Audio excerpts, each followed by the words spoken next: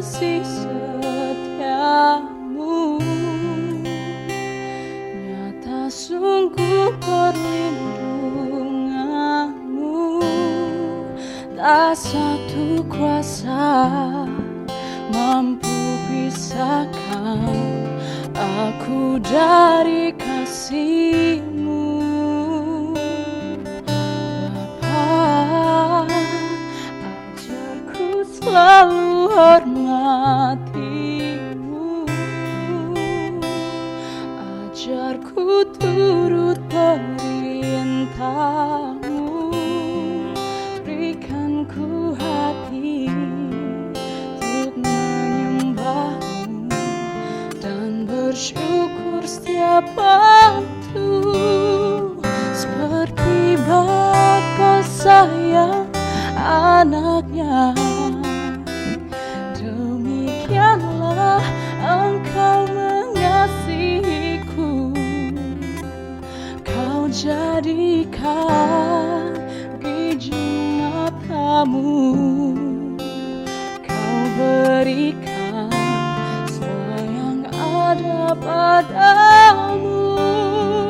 Seperti Bapa sayang anaknya, demikianlah Kau menuntun langkahku.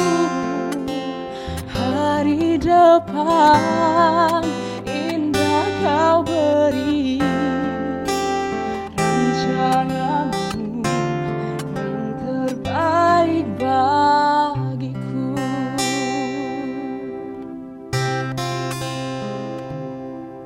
Bapa, ajarku selalu hormati-Mu,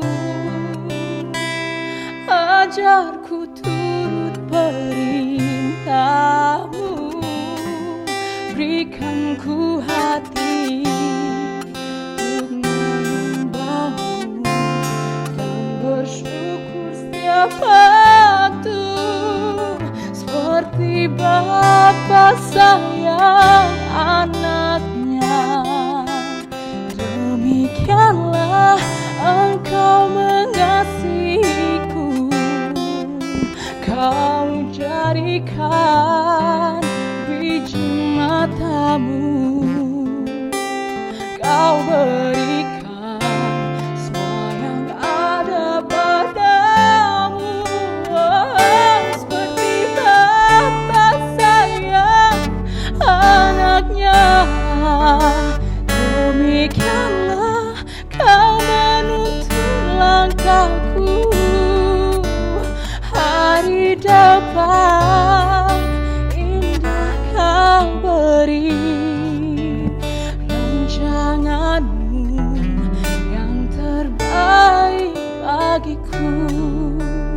Hari depan indah Kau beri, rancangan-Mu yang terbaik bagiku.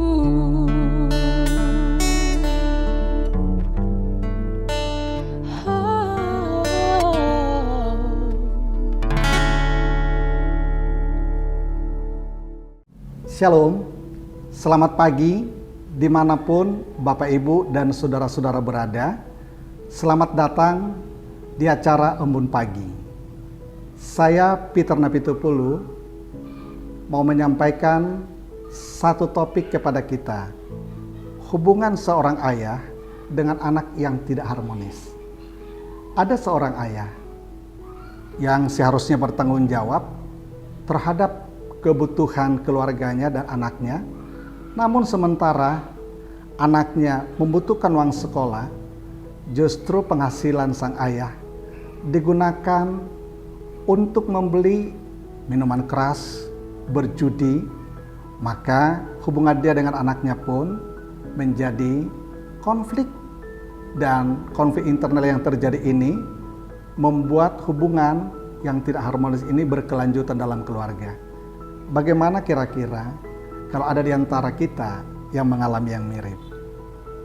Nah, saya akan mengajak kita untuk melihat seorang ayah yang sebenarnya. Kalau kita lihat seorang ayah, harusnya dia bersyukur kalau Tuhan memberikan dan mengaruniakan seorang anak kepada dia. Karena memang di dalam Mazmur pasal 127 ayat 3, anak itu adalah pusaka Tuhan. Artinya itu titipan Tuhan kepada seorang ayah atau orang tua, dan itu adalah miliknya Tuhan. Dan jika seorang ayah memiliki kesadaran bahwa dia dititipi oleh Tuhan, sudah seharusnya dia bertanggung jawab terhadap kebutuhan anaknya, baik itu kebutuhan spiritualnya, baik itu kebutuhan sosial emosionalnya, baik itu kebutuhan kognitif atau pendidikannya, sekolahnya, termasuk kebutuhan fisik, sandang pangan papan. Namun kalau kita bisa melihat seorang ayah yang justru hari-harinya nggak berubah dan terus melakukan yang sama, hati kita bisa saja kesal, marah, emosi melihatnya. Tapi coba kita lihat dulu, siapa tahu bahwa sang ayah tersebut selama dia menjadi seorang anak tidak melihat ada pihur yang sebenarnya bagaimana dia berlaku sebagai seorang ayah yang baik. Bisa saja itu terjadi dari ayahnya dulu, turun satu kebiasaan buruk kepada dia yang dia lihat bahwa ya ayah saya seperti ini, mungkin akhirnya itu yang dia lakukan. Dan kalau ada seorang ayah yang terus-menerus seperti itu, biarlah kita juga melihat bahwa seharusnya kita sadar juga kalau itu perbuatan ayah kita, ya udah kita ampunilah ayah kita. Tapi kita justru harus melakukan tanggung jawab yang baik dong kepada anak-anak kita. Makanya dikatakan juga dalam Kolose pasal yang ketiga ayat 21, hai bapak-bapak, jangan sakiti hati anakmu, jangan menjadi tawar hati mereka. Apa maksudnya? Maksudnya adalah sang ayah, marilah saat ini menyadari bahwa anak kita adalah titipan Tuhan yang tidak boleh kita kecewakan. Tetapi justru kita harus tolong dan membantu mereka dengan cara menolong, termasuk pendidikan mereka, sehingga satu waktu mereka memiliki masa depan yang luar biasa. Namun, di sisi lain juga, anak-anak bisa saja merasa kesel, emosi, kemarahan tinggi terhadap ayah. Tetapi coba kita ingat juga, jika kita membaca dalam kitab Efesus pasal 6 ayat 1, 2, dan 3. Dikatakan di sana supaya kita menghormati orang tua kita. Dan dalam menghormati orang tua ada berkatnya. Minimal dua itu yang disampaikan di dalam ayat. Dalam kitab Efesus pasal 6 itu. Yang pertama dikatakan kalau kita menghormati orang tua kita, kita ini akan panjang umur. Dan yang kedua, kita akan berbahagia. Janji yang tadi, panjang umur dan berbahagia ketika menghormati orang tua, sekalipun orang tua kita itu mengecewakan. Sekalipun orang tua kita itu justru melakukan perbuatan-perbuatan yang merugikan kita. Namun, dalam hal ini, bolehkah kita juga, karena kita ada kasih Tuhan, kita mengampuni ayah kita, karena kasih Tuhan itu akan menyanggupkan kita untuk mengampuni ayah kita yang telah mengecewakan kita. Sehingga tatkala ada kasih Tuhan yang kita terima dalam hati kita, kita ampuni ayah kita, maka kita pun akan melihat bahwa dua berkat tadi, yaitu panjang umur dan berbahagia, itu akan menjadi milik kita. Bagi ayah yang menyadari pada kesempatan ini, seharusnya tanggung jawab kita untuk dapat menolong anak kita, mendidik mereka. Marilah kita lakukan dengan baik dan penuh tanggung jawab sejak hari ini ke depan.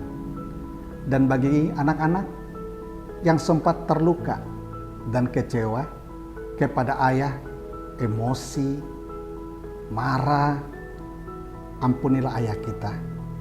Mari kita bangun hubungan dengan orang tua kita kembali, karena kita akan menantikan janji yang tadi, panjang umur dan berbahagia. Dan kiranya mulai saat ini hubungan di tengah keluarga menjadi hubungan yang harmonis, tanpa konflik, walaupun ada saja konflik yang seperti itu. Bolehkah kita saat ini tundukkan kepala dan kita berdoa bersama-sama. Bapa dalam Yesus Kristus, terima kasih buat acara dan topik yang sudah kami dengarkan pada pagi hari ini. Kami berdoa supaya Engkau mampukan dan sanggupkan para ayah dapat melakukan tanggung jawab mereka, menolong, mendidik anak-anak, sehingga anak-anak mereka memiliki masa depan dan anak-anak mereka juga berhasil dalam menempuh cita-cita mereka. Dan kami doakan para anak-anak juga, sanggupkan mereka untuk dapat mengampuni para ayah jika pernah terluka, kecewa, dan juga disia-siakan. Turunlah kasih Tuhan untuk menolong para anak, menyembuhkan hati mereka dan memulihkan hubungan kembali. Berkati semua keluarga, para pendengar siaran ini, dan hubungan mereka menjadi hubungan yang baik mulai hari ini. Di dalam nama Tuhan Yesus Kristus. Amin.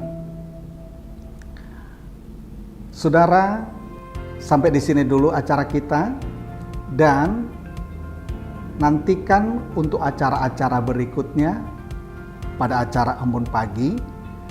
Dan jika saudara merasa diberkati dengan acara ini, maka silakan di-subscribe, di-like, dan juga dibagikan, di-share kepada yang lain. Saya Peter Napitupulu mengucapkan selamat pagi dan selamat beraktivitas. Shalom.